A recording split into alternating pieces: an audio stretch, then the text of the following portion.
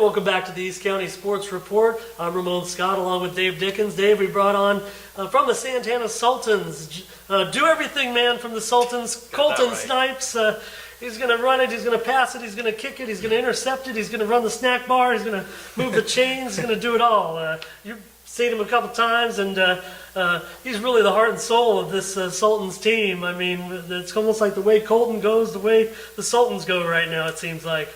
Yeah, I was fortunate, and I guess from his standpoint, unfortunate, but I saw him against the Christian Patriots. They lost their quarterback prior to that. I'll leave it up to him if he wants to tell the whole story on that and how that came about, but he probably doesn't. That was the first start for quarterback Iverson right now. Unfortunately, the injury to Nathan Temple, the collarbone, and then also, I don't know exactly what happened, but they lost their second string in scrimmage, and Iverson held things up.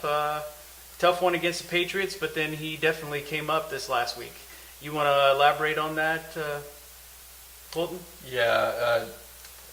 Is it okay if I give the backstory? Please. Absolutely. Yeah. So, super ironic. Earlier in the year, another interview, they asked me, what's the key to this year? I said, hopefully we don't get plagued by the injury bug. I mean, that week, what are you going to do? Nathan Temple breaks his collarbone, and now people are just starting to put the pieces together to take jabs at me for it. It's kind of fun, but yeah. I mean, yeah, Sean Iverson, it's great. I love him as a person and a player. It was certainly tough to have his first game as a quarterback be against Christian. But yeah, getting to get back on his feet this year, he really got to step up as a quarterback now, like taking it down. Yeah. Yeah, and I think one thing that's overlooked, everybody wants to talk about the injury to Nathan Temple, but Ian Litton is, you talk about a guy who has been a big factor for this team. I mean, I think when I called you the heart and soul of the team, I think it's because of Ian's injury that he went down, right? Oh, that is no understatement at all. Ian really brought the energy. I was kind of sort of the fire beneath him, but he really brought the energy. He's the one that would hype everyone up, get everyone going. And I hate to say it, like without him there, we've had a few first half shaky starts, and it's really because I miss him. No, those are two huge injuries. I don't think it's terrible that Nathan went down, but losing Ian, a great running back and a top defender. One of the top defenders in the entire Valley League for sure. So this is where the Sultans ended up. But I think last week, Colton, getting a chance to go out and play the Claremont Chieftains kind of gave you guys a chance to catch your breath, regroup, saying, you know what, if we go out and just play a hard game, play what we know how to do, even without these guys, we were capable of beating this team, and you guys went out and did it, and got to experiment a little bit, and I think that Sean Iverson's numbers spoke volumes about learning. He went 7 for 8. They're bringing in Vincent Memorial this Friday. It's going to be a great game. It's very evenly matched. But I think the Sultans can play with Vincent in this game. Remember, they beat him last year in the desert. Right. Certainly you guys are going to remember that one. Big game last year. You guys went and proved yourself in a game that was very similar to this one, kind of a toss-up. Yep, there was a lot of points scored in that, as I recall, too. Wasn't that like a breakout game for Brooks Mutah as well, as I recall? Oh, yeah. I can't really recall like every detail, but it was great because I think that was his first time he scored, too. Right. Yeah. I recall that, and that pretty much set the pace for him from then on. And now you have Vincent Memorial on your turf, so maybe you can do the same thing you did last year. Maybe a couple more points though, and not down to the last minute and score-a-thon, right? Yeah, I love playing them. Like getting to travel out there, it's something that like getting to sit on the bus with all those guys. It's something you're never going to get back, and it's a great experience. But getting to host them, it's even more fun because you know it's going to be a high-scoring game. You're ready for it. And you're just hoping you can come out with a nice win. Now, question, I don't know if you have the answer to that because you're so proficient, but when is the last time you missed a PAT? This is the first year they've actually let me take them. 14. With the departure of Timmy Tischer. I think 14 for 14, if I'm not mistaken, this year. And in the Sarah game, you made a field goal, right?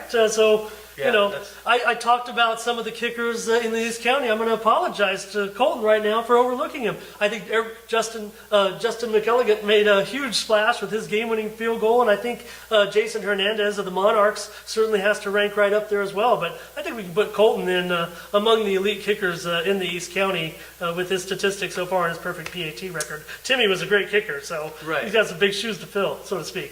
But what about now? You're most proficient as, and you definitely live by that. We talked about it earlier in the season. Is your blocking field goals? That is your specialty, wouldn't you? It's been a little rough this year. I feel like competitions levels changed. People have actually learned to block, and it's getting rough. I hate saying it like that, but there were some teams last year that would just let you walk past them. Maybe they saw a lot of film on you and remember the number at least, and said that guy's going to come through here, and it could be a loss. I mean, that's I think special teams is looked down on sometimes and forgotten. But what I think people need to remember is where you place that ball, especially when you're punting it downfield, and pinning your opponent at the 2 or the 1 yard line is key. And that could be the difference between winning or losing. I mean, we talk about field goals and we talk about making the extra points, but I definitely think, wouldn't you agree that being proficient at your punting is definitely key? Oh, it certainly makes a difference. Just being able to give your defense a breath of fresh air, give them relief that they know they have time to maybe make a mistake or two. It just makes all the difference. Right. Well, that's where he feels the pressure because he's one of the top defenders around, and so his boys are counting on him to pin him back and then go out there and play some defense. And tell me about some of these guys, Colton. Of course, we know you making big plays, interceptions, run backs. The 9 tackles last week against Claremont, but I think as a defensive back, you want to be out there and support your guys. Tell me about some of those guys in the secondary with you. I want to know a little bit more about him. Michael Richter. Michael Richter, he's got quite a task this week. We're giving him the ISO, and we're trusting him to make big-time plays. I think that with the heart and energy that he brings, he'll definitely fill the shoes of Ian. What do you guys see on tape with these guys? Vincent Memorial, they're the top-ranked team in Division 5 in the section, so they're no slouch, and they're a very good team. You watch them a little bit? Not to underlook them at all, but we've seen a lot of run to one side, and so we're ready to adjust to that. But other than that, it doesn't seem like there have been many formations. They're just kind of a team that's just going to find something that works and run it down your throat. They've got some top receivers. I mean, that's the thing that kind of makes it so difficult to swallow. But Randy Smith, CHAZ Baker, I mean, these guys are pretty good receivers. And you're involved a little bit in the passing game as well. Tell me about these guys. Randy Smith. That's a guy, he's the one that I'm going to trust late in the game. If you got to huck one up, that's the guy you're throwing it to. Yeah, he's been Mr. Touchdown so far. I mean, it's crazy. Huge production games, too. 3 touchdowns in a game for Randy when they've needed it. Yeah, it's unfortunate that we lost Nathan because, to be honest, we were a more passing-focused team, and we've had to adjust from that. But CHAZ is also going to be that guy, if you need, a clutch catch or just a simple play, he's there. He's not going to let you down. That's interesting, Dave, because last year when they played that game out it was at El Centro. They played it like kind of a semi-neutral site, but I'm sure it was, Vincent Memorial was 4-0 at that time as well, and the Sultans beat them. So I think they have a chance this week. Yeah, and then you were mentioning how good we were trying to figure out how good Mountain Empire really is too. I mean, you faced them the first week, and I mean, let's face it, it's one of those teams like Elkhorn Valley that the numbers are down, and they got a lot of guys going both ways or even 3 ways, so they're going to be a bit winded.